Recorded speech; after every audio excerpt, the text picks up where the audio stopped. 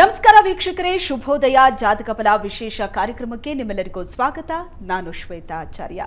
ಇವತ್ತಿನ ಜಾತಕ ಫಲದಲ್ಲಿ ಈ ದಿನದ ವಿಶೇಷತೆ 12 ರಾಶಿಗಳ ಬಗ್ಗೆ, ಅದರ ಜೊತೆಗೆ ಬಹಳಷ್ಟು ಜನ ವೀಕ್ಷಕರು ಸಂದೇಶವನ್ನ ಕಳಿಸಿದ್ದಾರೆ, ತಮ್ಮ ಸಮಸ್ಯೆಗಳನ್ನ ಹೇಳಿಕೊಂಡಿದ್ದಾರೆ, ಕಷ್ಟಕ್ಕೆ ಪರಿಹಾರವನ್ನ ಕೊಡಿ ಅಂತ ಕೇಳಿಕೊಂಡಿದ್ದಾರೆ. ಆ ಪರಿಹಾರ ಮಾರ್ಗವನ್ನ ಸೂಚಿಸೋದಕ್ಕೆ ಕಾರ್ಯಕ್ರಮದಲ್ಲಿ ನಮ್ಮ ಜೊತೆ ಇದ್ದಾರೆ ಪ್ರಾಜ್ಞರಾದಂತಹ ಶ್ರೀಕಂಠ ಶಾಸ್ತ್ರಿಗಳು. ಶಾಸ್ತ್ರಿಗಳೇ ನಮಸ್ತೆ, ಕಾರ್ಯಕ್ರಮಕ್ಕೆ ಸ್ವಾಗತ. ನಮಸ್ಕಾರ ಶಾಸ್ತ್ರಿಗಳೇ, ಈ ದಿನದ ವಿಶೇಷತೆ ಏನಿದೆ? ಶ್ರೀ ಗುರುಭ್ಯೋ ನಮಃ. ಹರಿ ಓಂ. ಮೂರ್ತಿತ್ವೇ ಪರಿಕಲ್ಪಿತ ಶಶಿಭೃತೋ ವರ್ತ್ಮಾ ಪುನರ್ಜನ್ಮನಾಂ ಆತ್ಮೇತ್ಯಾತ್ಮವಿದಾಂ ಕ್ರತುಶ್ಚ ಯಜತಾಂ ಭರ್ತ ಅಮರಜ್ಯೋತಿಷಾಂ ಲೋಕಾನಾಂ ಪ್ರಳಯೋದ್ಭವ ಸ್ಥಿತಿ ವಿಭುಶ್ಚಾನೇಕಧಾಯ ಶ್ರಿತೌ ವಾಚನ್ನ ಸದತಾ ತ್ವನೇಕ ಕಿರಣಃ ತ್ರೈಲೋಕ್ಯ ದೀಪೋ ರವಿಹಿ. ಸಮಸ್ತ ವೀಕ್ಷಕರಿಗೆ ಶುಭೋದಯ, ಶುಭ ಬೆಳಗು. ಈ ದಿನದ ಸಂದೇಶಗಳನ್ನು ಪರಿಶೀಲಿಸುವ ಪೂರ್ವದಲ್ಲಿ ಇವತ್ತಿನ ಪಂಚಾಂಗವನ್ನು ಗಮನಿಸಿಕೊಳ್ಳೋಣ. ಶ್ರೀ ಕ್ರೋಧಿನಾಮ ಸಂವತ್ಸರ, ಉತ್ತರಾಯಣ, ವಸಂತ ಋತು, ಚೈತ್ರ ಮಾಸ, ಶುಕ್ಲ ಪಕ್ಷ. ಈ ದಿವಸ ಶನಿವಾರವಾಗಿರತಕ್ಕಂಥದ್ದು. ದ್ವಾದಶಿ ತಿಥಿ, ಪೂರ್ವ ಫಲ್ಗುಣಿ ನಕ್ಷತ್ರ. ಈ ದಿವಸ ದ್ವಾದಶಿ ತಿಥಿ ವಿಷ್ಣುವಿನ ಒಂದು ಪ್ರೀತಿ ಪಾತ್ರವಾಗಿರತಕ್ಕಂಥ ತಿಥಿ. ಸಾಮಾನ್ಯವಾಗಿ ಏಕಾದಶಿ ಹಾಗೂ ದ್ವಾದಶಿ ಎರಡೂ ದಿನಗಳಲ್ಲಿ ವಿಷ್ಣುವಿನ ಪ್ರಾರ್ಥನೆಗಳು ಬಹಳ ವಿಶೇಷ ಮಾನ್ಯತೆಯನ್ನು ಪಡೆಯುತ್ತೆ. ಆ ಕಾಲ ಹಾಗಿರುತ್ತೆ. ಜೊತೆಗೆ ಈ ದಿವಸ ಶನಿವಾರ ಬೇರೆ. ಶನಿವಾರದಲ್ಲಿ ವಿಷ್ಣುವಿನ ಆರಾಧನೆ, ತಿರುಪತಿ ತಿಮ್ಮಪ್ಪನ ದರ್ಶನ, ತಿರುಪತಿ ತಿಮ್ಮಪ್ಪನ ಸನ್ನಿಧಾನಗಳು ಎಷ್ಟೋ ಇದ್ದಾವೆ. ಒಂದಾ ತಿರುಪತಿ, ನಮಗೆ ಊರಲ್ಲೂ ತಿರುಪತಿ ತಿಮ್ಮಪ್ಪನಂತಹ ವಿಷ್ಣುವನನ್ನು ಆ ದೇವಸ್ಥಾನಗಳನ್ನು ಕಾಣ್ತಕ್ಕಂಥ ಸಾಧ್ಯತೆ ಇದೆ. ನಮ್ಮ ಬೆಂಗಳೂರಂತೂ ಸಾಕಷ್ಟಿದ್ದಾವೆ. ಅಷ್ಟೇ ಎತ್ತರದ್ದು, ಅದೇ ಭಂಗಿಯದ್ದು, ಅದೇ ಮೂರ್ತಿಯ ಲಕ್ಷಣ. ಎಷ್ಟೋ ಕಡೆ ಹೇಳ್ತಾರೆ ತಿರುಪತಿಯಲ್ಲಿ ಹೇಗಿದೆಯೋ ಹಾಗೇ ಇದೆ ರೀ ಇಲ್ಲಿನ ದೇವಸ್ಥಾನ ಅಂತ. ಅಂತಹ ಎಷ್ಟೋ ಕ್ಷೇತ್ರಗಳಿಗೆ ಈ ದಿವಸ ಹೋಗಿ ಬರಬಹುದು. ಹೋಗಿ ದರ್ಶನ ಮಾಡಿ, ನೆನೆದವರ ಮನದಲ್ಲಿ ಭಗವಂತ. ತಿರುಪತಿಗೆ ಹೋಗಬೇಕಾಗಿಲ್ಲ, ಹೋದರೆ ಬಹಳ ಒಳ್ಳೆಯದು.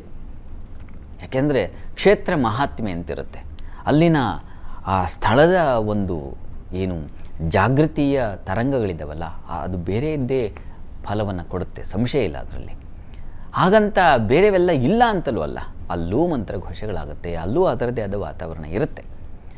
ಅಂತೂ ಮುಖ್ಯವಾಗಿ ಜೀವನದ ಉದ್ಧಾರ ಮನಸ್ಸಿನ ಅಲಂಕಾರ ಅಂತಾರಲ್ಲ ಡಿ ವಿ ಜಿಯವರು, ಮನಸ್ಸಿಗೊಂದು ಪ್ರಸನ್ನತೆ ತಂದು ಕೊಡುತ್ತೆ. ದೇವರ ದರ್ಶನ ಮಾಡೋದ್ರಿಂದಾಗಿ ಕ್ಷೇತ್ರಗಳಿಗೆ ಹೋಗ್ತೀವಲ್ಲ, ನಾವು ದೇವಸ್ಥಾನಗಳಿಗೆ ಹೋಗ್ತೀವಿ. ಯಾಕಾಗಿ ಅಂತಂದರೆ ಅಲ್ಲೂ ಮೊಬೈಲ್ ತೊಗೊಂಡು ಹೋದರೆ ಅದು ಪ್ರಾರಬ್ಧ, ಅದು ವಿಪರ್ಯಾಸ. ದೇವಸ್ಥಾನಗಳಿಗೆ ಹೋಗಬೇಕು, ಅಲ್ಲಿ ಯಾವುದೇ ಸಂಪರ್ಕಗಳಿರಬಾರ್ದು.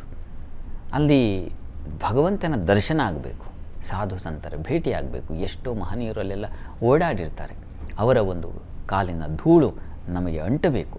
ಅಷ್ಟೇ ಅಲ್ಲ, ಅವರ ಗುಣ ಅಂಟಬೇಕು. ಕಾಲದ ಧೂಳು ಅಂಟಿದ್ರೆ ಮತ್ತೊಂದು ಧೂಳೇ ಆಗುತ್ತೆ, ಅದಲ್ಲ. ಆದರೆ ಅವರ ಒಂದು ಮಾರ್ಗದರ್ಶನ, ಅವರ ಒಂದು ಆದರ್ಶ, ಅವುಗಳು ನಮಗೆ ತಾಗಬೇಕು. ಭಗವಂತನಲ್ಲಿ ಆ ಕ್ಷೇತ್ರಕ್ಕೆ ಹೋಗಿ ನಾವು ಅನನ್ಯ ಸ್ಮರಣೆಯನ್ನು ಮಾಡಬೇಕು, ವಿಷ್ಣು ಸಹಸ್ರನಾಮವನ್ನು ಹೇಳ್ಕೊಳ್ಬೇಕು. ಇದು ನಿರೀಕ್ಷೆ, ಇದು ಮಾಡಬೇಕಾಗಿರತಕ್ಕಂಥದ್ದು. ಹೀಗಾಗಿ ಅಂಥ ಕ್ಷೇತ್ರ ದರ್ಶನ ಮಾಡಿ ಮನಸ್ಸನ್ನು ತಿಳಿಗೊಳಿಸ್ಕೊಳ್ಳಿ. ದೇವಸ್ಥಾನಗಳಿಗೆ ಹೋಗೋದು ನಮ್ಮನ್ನು ನಾವು ರೀಚಾರ್ಜ್ ಮಾಡ್ಕೊಳ್ಳೋಕ್ಕೆ.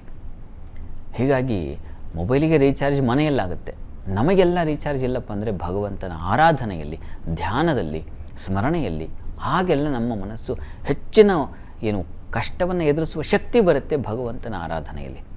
ಆರಾಧನೆ ಮಾಡಿದ ಫಲ ಏನಪ್ಪ ಅಂದರೆ ಬುದ್ಧಿ ಸರಿ ಹೋಗುತ್ತೆ, ಕಷ್ಟ ಅನಿಸೋಲ್ಲ, ಸುಖ ಆಯಿತು, ಹಿತವಾಗಿದೆ ಅಂತ ಅನಿಸುತ್ತೆ. ಹೀಗೆ ಈ ಒಂದು ಉದ್ದೇಶದಿಂದ ಭಗವದ್ ದರ್ಶನ ಬಹಳ ಮುಖ್ಯ. ಪ್ರಯತ್ನ ಮಾಡಿ, ಒಳ್ಳೆಯದಾಗಲಿ.